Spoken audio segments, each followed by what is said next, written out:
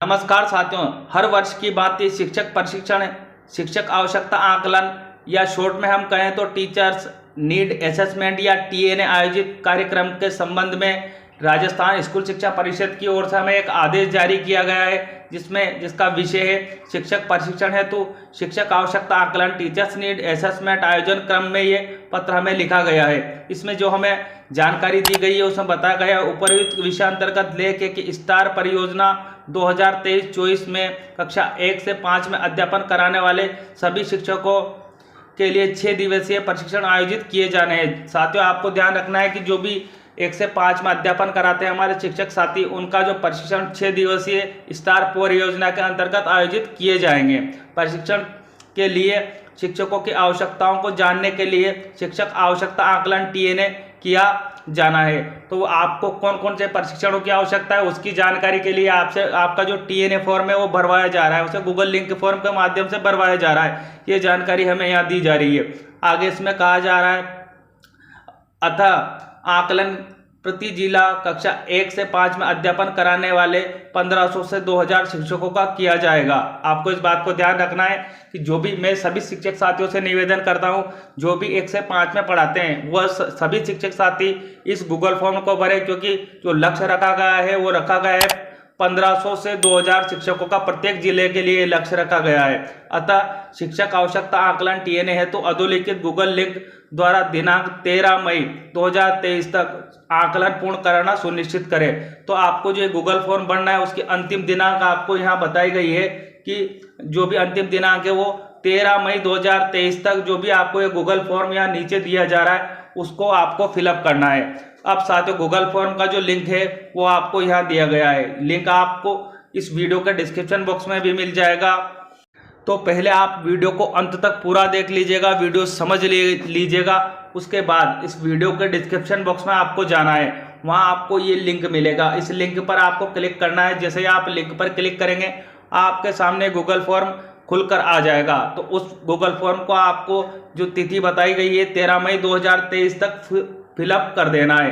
तो चलिए साथियों, मैं गूगल फॉर्म आपको भर के बताता हूं कि आपको गूगल फॉर्म में किन किन बातों का ध्यान रखना है और कौन कौन सी जानकारी आपसे पूछी जाएगी। तो चलते हैं हम सीधे गूगल फॉर्म की ओर। तो साथियों, जैसा कि मैंने आपको याद दिलाया है कि ये जो लिंक है आपको इसी वीडियो के डिस्क्रिप्शन बॉक्स में मिलेगा। तो आप वीडियो का डिस्क्रिप्शन बॉक्स चेक कीजिएगा वीडियो देखने के बाद, और जो लिंक आपको दिखाई देगा उस पर आपको क्लिक करना है। इस तरह का फॉर्म आपके सामने यहाँ खुलकर आएगा, teachers need assessment for FLN teacher training. तो ये फॉर्म आपके सामने यहाँ आ जाएगा। अब इसमें आपको क्या क्या जानकारी भरनी है वो भी मैं आपको बता देता हूँ। सबसे पहले आपको आपका जो मोबाइल में यदि आप कार्य कर रहे हैं तो स्क्रीन को आप ऊपर की ओर स्क्रॉल अप कीजिएगा। सबसे पहले आपको आपका नाम यहाँ एंटर करना है। उसके बाद आपको यहाँ बताया जाएगा शिक्षक शिक्षिका की एम्प्लॉय आईडी, जो आपकी RJJW वाली आईडी होती है वो आईडी आपको यहाँ एंटर करनी होगी। उक्त कार्य करने के बाद आप जब नीचे आएंगे तो आपसे आपके विद्यालय का नेम पूछा जाएगा। यहाँ आपको आपके विद्यालय का नेम एंटर कर लेना है। उसके बाद अगली इन्फॉर्मेशन यहाँ हमसे पूछी जाएगी कि आपका पद कैसा है, लेवल 1 के है या लेवल 2 के है, वो संबंधित जानकारी। यदि आप लेवल 1 के हैं तो लेवल 1 लिखेंगे और लेवल 2 के हैं तो लेवल 2 लिख देंगे। प्रबोधक या अन्य पद आपका है तो वो जानकारी आप यहाँ दे देंगे। उसके बाद आपके विद्यालय का U कोड आपको यहाँ एंटर कर लेना है। फिर अगली जो जानकारी आपसे मांगी जाएगी वो मांगी जाएगी आपके मोबाइल नंबर आपको यहाँ एंटर कर लेने। उसके बाद शिक्षक शिक्षिका की नई मेल आईडी, आपकी जो मेल आईडी है वो आपको यहाँ एंटर कर लेनी। साथियों, गूगल फॉर्म बहुत इजी है, आप आसानी से इसे पढ़ लेंगे। वैसे इसमें कोई दिक्कत आने की आवश्यकता नहीं है। उसके बाद आपसे यह जानकारी चाहिए जाएगी विद्यालय का स्तर भाई आपका प्राथमिक है, उच्च प्राथमिक है या उच्च माध्यमिक है। जैसा भी आपका विद्यालय हो आप उस बॉक्स पर टिक कर दीजिएगा। आपका यहाँ राइट का बॉक्स में वो टिक हो जाएगा। उसके बाद अगली जो जानकारी आपसे यहाँ मांगी जाएगी वो आपका ब्लॉक का नेम पूछा जाएगा। आप कौन से ब्लॉक से है तो आप ब्लॉक का नेम यहाँ एंटर कर लीजिएगा। उसके बाद आपको यहाँ जिला चुनने के लिए कहा जाएगा। तो जिस भी जिले से आप बिलोंग करते हैं वो जिला आप यहाँ से ऊपर नीचे करके आराम से जिला अपना जो भी हो चुन लीजिएगा। जैसे कि मैं झालावाड़ का हूँ तो मैंने यहाँ झालावाड़ पर क्लिक कर लिया है। उसी तरह अगली जो इन्फॉर्मेशन आपसे यहाँ मांगी जाएगी उसमें आपको बताया जाएगा, यहाँ आपसे प्रश्न पूछा जाएगा NCF फाउंडेशनल स्टेज पाठ्यक्रम का अंतिम लक्ष्य क्या है। तो जो भी आपको उचित लगे वो आप यहाँ से टिक कीजिएगा। साथियों मैं यहाँ आपको आंसर नहीं बता रहा हूँ क्योंकि जो हमारे शिक्षक प्रशिक्षण आयोजित होंगे इसी आधार पर आयोजित होंगे, तो आंसर जो भी आपको उचित लगता है वो आंसर के ऊपर आप यहाँ टिक कर देंगे। जहाँ आपको ये सर्कल दिखाई दे रहा है, जैसे आपको ये आंसर उचित लगता है तो आप यहाँ पर क्लिक कर लीजिएगा। इस तरह उसी तरह अगला जो प्रश्न आपसे यहाँ पूछा जाएगा उसमें भी आपसे जानकारी चाहिए जाएगी। सीखने सिखाने की प्रक्रिया में रचनात्मक दृष्टिकोण से आप क्या समझते हैं, तो जिसके भी सम्मुख आप जो भी आपको उचित आंसर लगता है उसके सम्मुख आप यहाँ क्लिक कर लेंगे। उसके बाद आप आएंगे नीचे की ओर, तो अगली जानकारी आपसे यहाँ मांगी जाएगी वो उसमें बताया जाएगा NEP 2020 में मातृभाषा स्थानीय भाषा को बच्चों के साथ प्रारंभिक वर्षों में शिक्षण में सहायक भाषा के रूप में उपयोग करने की सिफारिश करने के पीछे मूल उद्देश्य क्या है। तो जो भी मूल उद्देश्य है साथियों आपको यहाँ ऑप्शन दिए गए हैं उसमें से आपको चुन लेना है। साथियों मैं फिर आपको याद दिला दूं कि मैं यहाँ आपको आंसर नहीं बता रहा हूँ क्योंकि इसी के आधार पर जो हमारे FLN आधारित जो प्रशिक्षण होंगे वो इसी के आधार पर होंगे, इसलिए मैं आंसर आपको यहाँ नहीं बता रहा हूँ। आंसर आपको जो उचित लगता है वही आंसर देना है। उसके बाद अगली जानकारी हमसे यहाँ चाहिए जाएगी, उसमें पूछा जाएगा शिक्षण के दौरान बच्चों के साथ घर की भाषा या उनके समझ की भाषा का उपयोग करना चाहिए, क्यों करना चाहिए।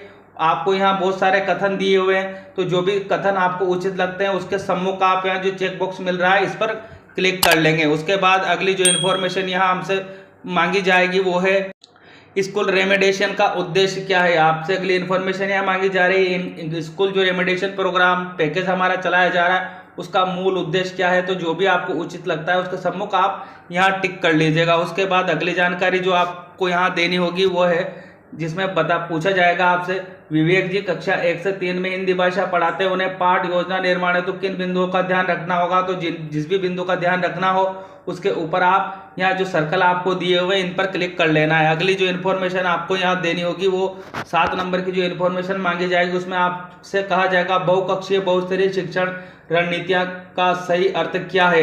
तो आपको जो भी उचित लगता है उसके सम्मुख आप यहाँ टिक कर लेंगे।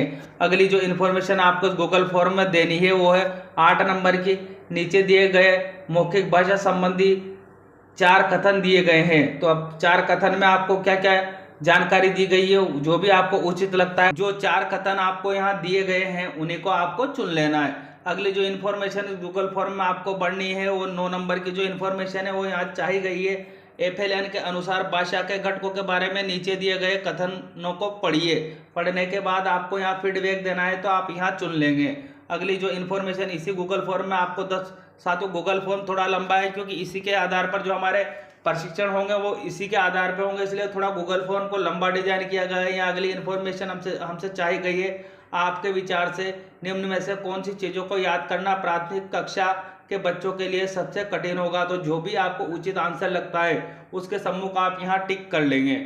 अगली इन्फॉर्मेशन की ओर यदि हम आते हैं तो 11वें नंबर की जो इन्फॉर्मेशन हमसे चाहिए गई है इसमें बताया गया है कि विवेक जी कक्षा 1 से 5 के बच्चों में पढ़ाने की आदत विकसित करने के लिए योजना बनाते हैं। योजना के तहत यह गतिविधियां करते हैं। अब कौन कौन सी गतिविधियां करते हैं वो आपको यहाँ रीड करना है। उसी के अनुसार नीचे आपको जो आपका आंसर है उसके सम्मुख आपको जो यह सर्कल बॉक्स है इसके ऊपर टिक कर लेना है। साथियों आपको आंसर सभी के देने हैं या कोई आपको इसमें दिक्कत नहीं आएगी और इसी के अनुसार जो हमारे FLN का प्रशिक्षण होंगे इसी के अनुसार होंगे, तो आपको आंसर सभी देने हैं। उसके बाद अगली जो इन्फॉर्मेशन आपसे यहाँ चाहिए जाएगी उसमें कहा जाएगा सुनीता जी कक्षा 3 के बच्चों को शुद्ध वर्तने सिखाने के लिए नीचे दिए गए कुछ अभ्यास कराती है। तो अब क्या अभ्यास करवाती है वो अभ्यास के लिए आप यहाँ रीड कर लीजिएगा। उसके बाद आपको आपका जो आंसर है यहाँ पर दे देना है जहाँ आपको यह बताया जा रहा है इसी जगह आपको सर्कल के सम्मुख टिक करके आपको आंसर दे देना है। अगली जो 13वें नंबर की जो इन्फॉर्मेशन है वो हमें यहाँ पूछी जाएगी। यहाँ जानकारी 4 से 5 के वर्ष की उम्र में बच्चों को भाषा सिखाने की शुरुआत ध्वनि पहचान के साथ क्यों की जाती है। अब क्यों की जाती है तो उसका आंसर आप यहाँ से दे देंगे। इसी तरह आपको साथियों में यहाँ प्रत्येक बिंदु को वीडियो लंबी हो रही है उसका कुछ मतलब भी नहीं निकलता। आपको प्रत्येक बिंदु को यहाँ पढ़ते जाना है और इसका आंसर देते जाना है। आप जब पढ़ते जाएंगे और आपको लगता है कि ये उत्तर सही है तो उस उत्तर को आप यहाँ बिल्कुल उत्तर दीजिएगा। इस तरह से आप प्रत्येक बिंदु को पढ़ेंगे। मैं बार बार आपसे अनुरोध कर रहा हूं कि आप प्रत्येक बिंदु को पढ़िए, उसके बाद आप आंसर दीजिएगा। तो इस तरह इसमें 20 प्रश्न हमें दिए गए हैं। आखिरी जो प्रश्न रहेगा वो 20वें नंबर का रहेगा। तो आपको 20 प्रश्न को पढ़ के सभी के आंसर देने हैं। उसके बाद सबसे अंत में आपको यहाँ ऑप्शन मिल जाएगा सबमिट का, तो आपको सबमिट पर क्लिक कर लेना है। और साथियों, इस बात का भी आपको ध्यान रखना है कि आपको ये वीडियो कैसा लगा, उसके लिए आप मुझे कमेंट बॉक्स में कमेंट करके अवश्य बताइएगा। और वीडियो को लाइक करना, दूसरे साथियों तक वीडियो को पहुंचाना और चैनल को सब्सक्राइब करना ना भूलिएगा। मिलते हैं इसी तरह के अहम अपडेट के साथ, तब तक के लिए जय हिंद, जय भारत।